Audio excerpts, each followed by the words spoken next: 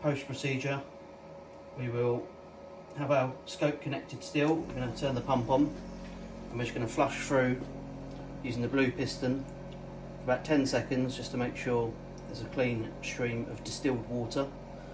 Try to avoid tap water as it can block up the scope with lime scale. That looks pretty clear, and we can also just test the air whilst we're there.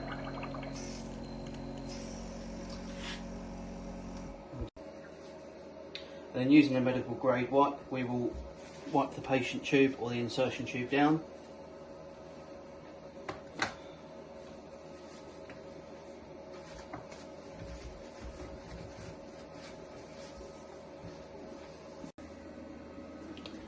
And then we will disconnect our scope. So first we will turn off the power for the processor, disconnect our suction tube, disconnect the air and water bottle.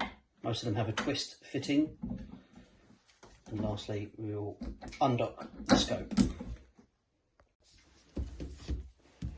Next we will connect our leak tester to our waterproof cap, noting the pin for a push and twist fitting. Then connect our waterproof cap to our pin connector unit, push and twist also. We need to lock off this knob here before inflating, and we'll just be looking for any pressure drops. Next we will remove our pistons, suction, air and water, pop those to the side, and the biopsy cap. We'll then take our cleaning brush for our scope, we'll brush through the channel,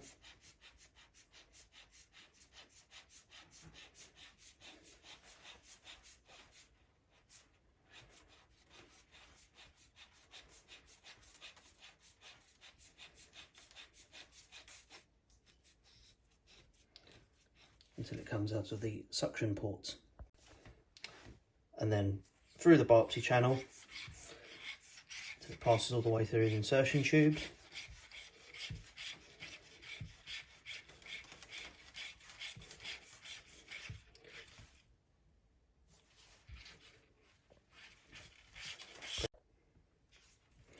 And then at 45 degrees through the suction housing.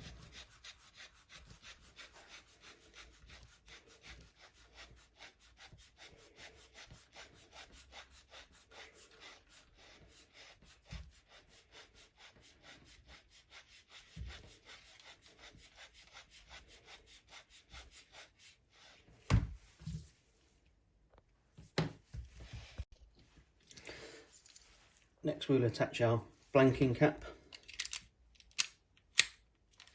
with a push and your biopsy cap. Have your blanking cap for your plug body, and then we'll connect this tubing here to our suction port. Okay, if you don't have a sink, you can use a tub, fill it with room temperature water, and then this is a 1 part Varazyme, 200 parts clean water. We'll add the solution. Don't do this if you're still running the tap, because it will cause a bubble bath.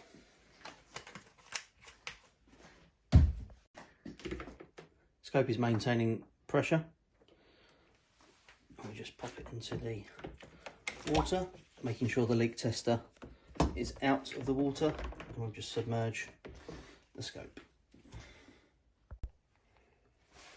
And take our syringe, I'll connect it to here, and we will draw it up into the syringe and flush back through.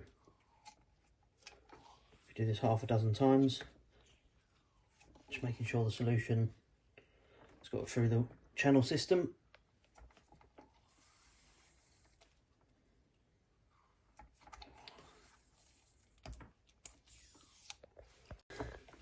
We'll disconnect the blue tubing from the suction port, and we'll just connect it here on this housing next to the light guide post, and then using the syringe, again drawing back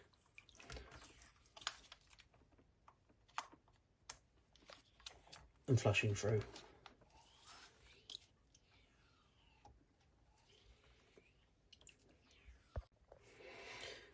We'll take our pistons and biopsy cap, pop those in solution for a few minutes, and the final checks are just to manipulate the tube just to see if there's any further pressure loss or visible bubbles coming from the scope.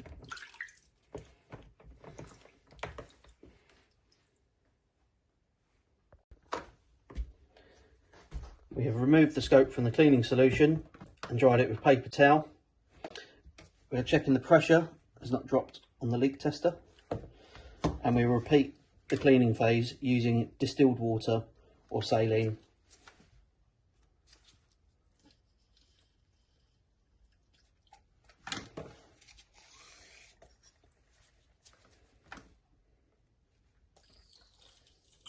Okay. I'm going to remove our cleaning kit.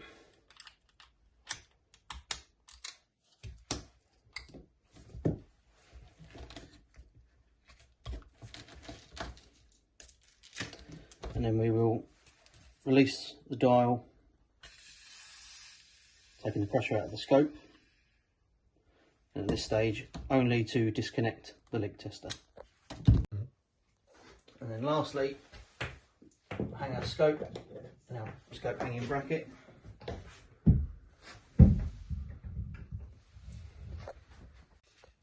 we can use a piece of foam lagging or tubing to create a tip protector to stop your distal end from being bashed.